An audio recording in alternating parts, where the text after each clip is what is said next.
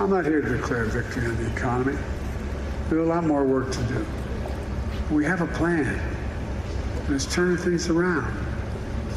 Bidenomics is just another way of saying restore the American dream.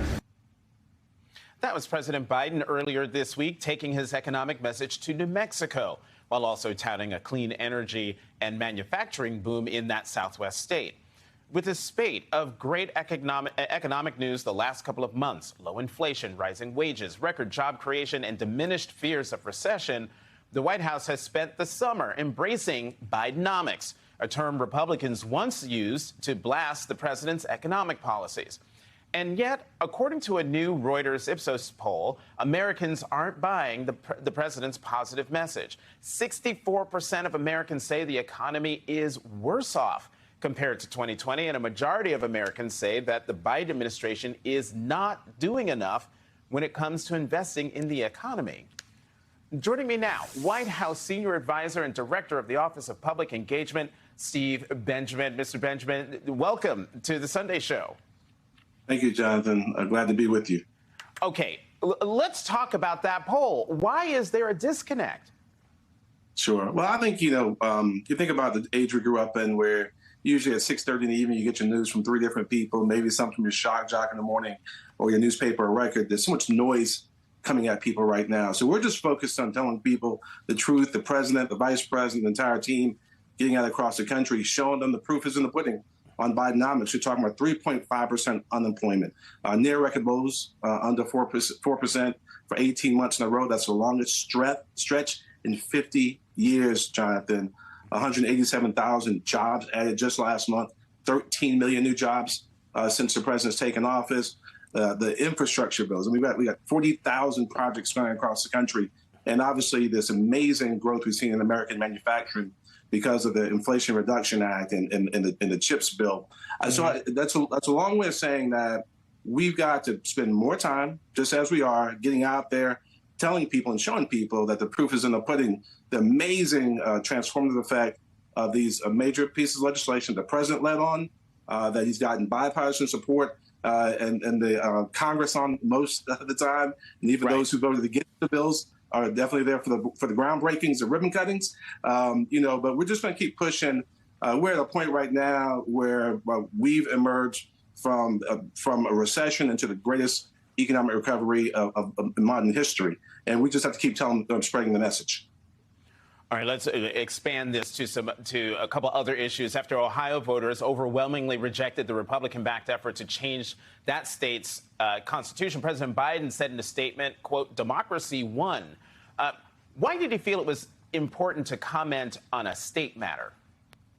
It's been we've seen this incredibly troubling trend of quite frankly, Republicans all across the country trying to take away the right to vote from Americans, the most sacred of our rights, the right to the franchise that people died on the beaches of Normandy for, and certainly throughout the civil rights struggle, people marched, cried, and bled for. It's sacrosanct to who we are as a democracy, as this great federal republic.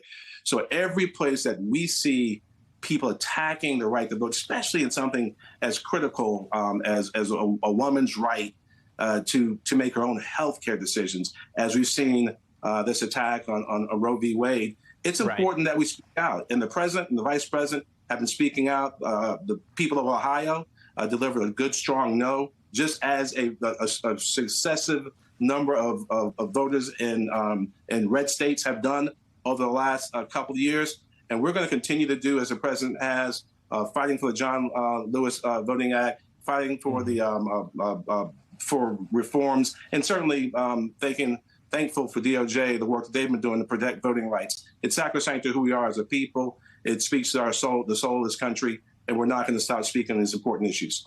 Okay, 2 quick questions for you before I have to let you go. How concerned are you about low enthusiasm for the president and his accomplishments among the Democratic base, especially young black voters? Yeah, some of the major issues that I know are very important to black voters are the same issues that are important to everyone. Economy. How do I see generational wealth, economic development opportunities? We've got to make sure we continue to connect those dots. And certainly the issues around climate. We've seen some of the devastation in Hawaii just this week with the wildfires, realizing that as part of the Inflation Reduction Act and connecting these dots again, we've seen this is the largest climate bill in history, as the president wants to tell people. $110 billion in investment to try to help us meet some incredibly important climate change goals that are no important to young people like my young 18-year-old voter in our house and my young activist 16-year-old daughter. Speaking to the issues, connecting the dots, and helping our younger voters understand that the connection between their right to vote, the franchise that this president spoke on this week, and these amazing changes we're seeing with the policy prescriptions that the president's pushing, that they're directly connected. And while we've also seen, yes, maybe low enthusiasm, we've also seen those very same voters afraid of and angry with and frustrated with the Republican nonsense that's happening in states across the country and the obstructionism we're seeing in Congress. Last question for you, Mr. Benjamin. On Friday, Attorney General Merrick Garland appointed David Weiss as a special counsel in the Hunter Biden investigation. Does the White House have any comment on that move by DOJ?